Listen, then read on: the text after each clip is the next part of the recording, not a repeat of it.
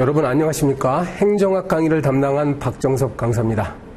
네, 공기업 시험에서 행정학 전공 과목을 통해서 합격을 목표로 하시는 여러분이 꼭 합격하실 수 있도록 최선을 다해서 도와드리겠습니다. 행정학은 이제 어려운 과목이라는 관점이 하나 있고, 그리고 또 쉽다라는 관점이 또 하나 있습니다. 가능한 한 이제 두려움을 갖지 마시고, 행정학은 저는 이렇게 말씀드리고 싶어요. 행정학은 굉장히 단순한 과목이다. 막 응용을 하거나 복잡하게 난해한 문제를 꼬아서 내거나 그러진 않습니다. 우리가 잘 준비를 하면 정답이 바로 눈에 보이는 그런 과목이라고 할 수 있으니까요. 끝까지 포기하지 마시고 잘 준비를 좀 하시기 바라겠습니다.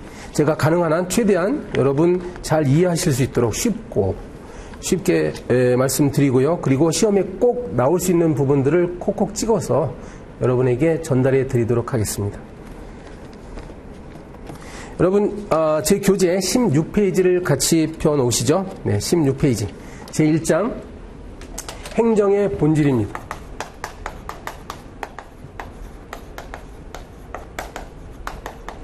이것은 행정학이기 때문에 행정이 무엇이냐에 대한 설명이 먼저 있습니다. 그래서 처음에 행정의 개념이 소개가 되고 있습니다. 우리가 행정이라는 개념은 일상적으로 많이 사용하는 용어입니다. 비단 공무원 조직뿐만 아니라 또는 공공 조직뿐만 아니라 가령 뭐 학원 행정이다, 병원 행정이다, 군대 행정이라는 말까지 쓰죠. 그래서 행정은 흔히 사용하는 말이긴 해도 막상 행정이 무엇이냐를 물어봤을 때는 제대로 대답하기가 어려워요. 이게 사회과학 용어가 다 추상적이어서 그렇습니다. 이렇게 정리를 하고 싶은데요. 넓은 의미의 행정. 넓은 의미의 행정은 어떤 조직 구성원들이 협동 작업을 통하여, 즉 협력을 통하여 목표를 달성하려고 하는 의식적인 행위들을 행정이라고 할 수가 있습니다. 협력을 한다는 얘기는 자원을 관리하는 과정에서 나오는 말인데, 자원은 인적 자원과 물적 자원으로 나눠질 수 있습니다. 사람의 문제, 그 다음에 각종 시설이나 예산의 문제죠. 이런 것들을 여하히 잘 관리를 해서 조직이라는 것은 항상 목표가 있습니다. 그 목표를 달성할 수 있도록 노력을 하는데, 그 노력하는 과정이 바로 구성원들의 협력 과정을 통해서 나타납니다. 이제 혼자서는 할 수가 없는 노릇이다는 얘기. 이렇게 말해도 잘 모르겠죠, 행정은. 근데 이제 넓은 의미로 아까 말씀드린 학교 행정, 병원 행정, 심지어는 교회 행정도 다 이러한 의미를 갖고 있어요. 그러면 이것은 비단 공공조직뿐만 아니라 사조직에서도 통용될 수 있는 개념정의입니다. 여러분은 이제 공공조직 쪽으로 들어가시려고 하는 분들이죠. 근데 이제 사조직은 대표적으로 기업이 있습니다. 기업도 분명히 이러한 활동들을 통해서 기업의 목표는 이윤을 극대화하는 과정이거든요. 공통점이죠. 근데 이건 우리에게 별로 도움이 안 된단 말이지. 우리가 행정학에서 다루는 행정의 개념은 좀 좁은 의미로 이야기가 되는데, 이것은 바로 공공관료제. 공공관료제는 정부는 물론이고 여러분이 들어가고자 하시는 이러한 공기업 분야 있죠? 공기업 분야. 뭐 준정부기업, 준정부조직이라든지 또는 비정부조직. 또는 앞에 이제 준자를 붙여서 또 준 비정부조직. 이러한 큰 의미, 넓은 의미의 어떤 공공 부분의 관료제를 다루는 것입니다. 따라서 이러한 관료제 조직의 구성이 어떻게 되어 있으며, 여기에 구성원들은 어떤 활동을 하는지, 예를 들어서 공무원들은 어떤 행동을 하는지, 그리고 국가기관이나 지방자치단체 또는 공기업의 구조는 어떻게 되어 있는지, 그 안에 각 직위를 담당하고 있는 사람들은 어떠한 권한과 책임을 갖고 있는지, 이런 것들을 얘기할 때 행정이라고 볼 수 있습니다. 즉, 공공관료제. 그러니까 사기업 부분은 빠지는 거죠. 이렇게 좁은 의미로 할 때는. 우리의 관심사는 바로 이겁니다. 행정학에서는 이걸 중심으로 하되, 결국은 이 공공조직과 사조직이 어떤 공통점이 있거든요. 이것과 관련돼서도 필요한 경우는 이제 공부를 하게 될 것입니다. 최근에는요, 이러한 개념 분류는 통상적으로 해왔고, 그러니까 저만 이렇게 하는 게 아니라 대체적으로 이렇게 설명을 합니다. 여기다 최근에는 뉴 거버넌스 개념이 등장합니다. 뉴 거버넌스.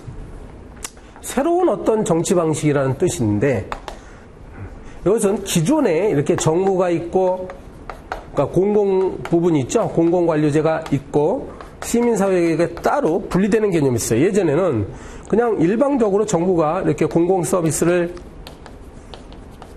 제공을 하게 되면 시민들은 그냥 이걸 받는 것이다 이거죠. 시민이 능동적으로 참여하는 것은 아니고 시민이 소극적으로 그냥 공공 서비스를 받는 그런 형태가 되어 있습니다. 즉 정부는 공급자고 시민은 그저 수요자일 뿐이었어요. 그런데 이것이 뉴 거버넌스라고 하면 이제는 수평적인 관계로 바뀐다. 그래서 정부가 있고 옆에 이제 시민사회가 있습니다. 시민사회나 시장이 있다. 그럼 이것이 수평적으로 연결됐다는 거예요. 지금 이거는 피라미드처럼 그렸죠. 바로 수직적인 관계를 상징하는 그림이고, 이거는 이제 이게 칠판이기 때문에 이렇게 그렸지만 위에서 바라본다고 생각하면 정부나 시민사회 그리고 시장은 서로 수평 관계에 있게 됩니다. 수평 관계. 네트워크 관계라고 할 수 있고, 따라서 이들은 이제 정부가 일방적으로 지시하고 시장은 시민사회는 복종하는 것이 아니라 서로 협력을 하게 된다. 그래서 이제는 모든 정부 활동이라는 것이 정부의 독점적인 권력 행사가 아니라 시민들과의 협력으로 이루어진 공동작업이라고 할 수 있어요. 정부가 아무리 좋은 정책을 펴려고 해도 시민사회가 협력하지 않으면 그 정책은 성공할 수가 없습니다. 네. 이러한 개념이 최근에 등장을 했고, 최근은 아니죠. 네, 20세기 후반기. 네, 20세기 후반, 1980년대, 90년대부터 이런 이야기들 하고, 지금은 너무나 당연한 얘기가 되어버렸습니다. 이걸 뉴 거버넌스라고 합니다. 행정은, 행정의 개념은 이제 이러한 관점에서 볼 수가 있습니다. 우리 제 책의 16페이지에 학자 이름들이 나오죠. 네, 화이트, 왈도, 사이먼. 네, 학자들이 이런저런 얘기를 했거든요. 어느 학자가 무슨 얘기를 했는지는 중요하지 않습니다. 이런 걸 문제화하진 않아요. 다만 이제 학자들이 여러 가지 말로써 행정을 설명하고 있구나. 네, 이 정도 이해를 하고 읽어보시면 될 겁니다. 그 밑에 이런 이야기가 나와요. 행정법학에서의 행정개념.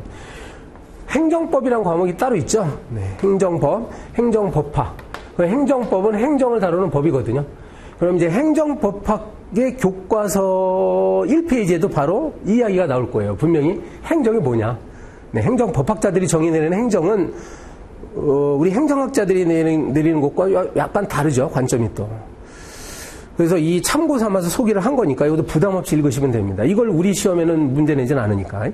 예를 들어서 뭐 소극설 같은 게 있다. 그러면은 이제 국가가 이런 여러 가지 작용을 하는데 이 중에서 행정이라 함은 입법 활동, 이제 국회가 법을 만드는 활동이죠. 그 다음에 사법 활동, 자, 법원에서 재판하는 활동입니다. 이걸 제외한 나머지 부분, 이것이 행정이다라는 입장을 소극설이라고 합니다. 그런데 이렇게 되면 그래도 여전히 행정은 뭐냐에 대한 의문이 남아요. 그렇죠? 행정이 뭐냐고 물어봤더니 입법도 아니고 사법도 아닌 뭐다 그럼. 행정을 적극적으로 내리지 않으니까 이건 동어 반복에 불과하잖아요. 그래서 이제 적극설도 나오는 것이다.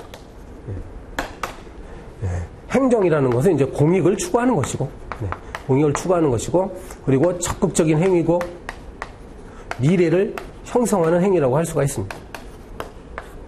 이러한 사법 같은 경우는 이것과 반대예요. 사법이 이제 법원에서 재판하는 대상은 꼭 공익뿐만 아니라 이제 사익들 간의 충돌도 해결하는 곳이고, 사법은 굉장히 소극적입니다. 그러니까 사건이 발생하면 어느 쪽, 누구의 말이 옳은지를 판단해 주는 것이 사법이죠. 그러니까 굉장히 사후적인 그런 활동에 그치는 것이 원칙이다. 이 말씀이에요. 물론 이제 오늘날의 법원도 국가적, 사회적으로 아주 중대한 사건을 재판하는 경우는 있어요. 그때는 약간 이야기는 다르지만 원칙적으로 보면 사법은 이러한 성격을 갖고 있습니다. 근데 우리가 하는 이제 행정이라는 것은 미래를 형성하는 굉장히 적극적인 활동이다. 그러니까 무에서 유를 창조하는 활동이라고 할 수가 있습니다. 사건을 사후적으로 해결하는 것이 아니에요. 국민이 어려워할 점이 있다고 한다면 사전적으로, 사전 예방 차원에서 미리 대비하는 것도 행정이라고 할 수 있잖아요. 그리고 형성해 나가는 것이다. 만들어가는 것이죠. 만들어가는 것. 이미 만들어진 걸 갖고 하는 것이 아니라 만들어 나가는 것이다. 역사의 수레바퀴를 움직이는 건 뭐다? 사법은 아니에요. 그죠? 역사의 수레바퀴를 움직이는 것은 바로 행정입니다. 행정이 할 일입니다. 자, 이 정도 하시고.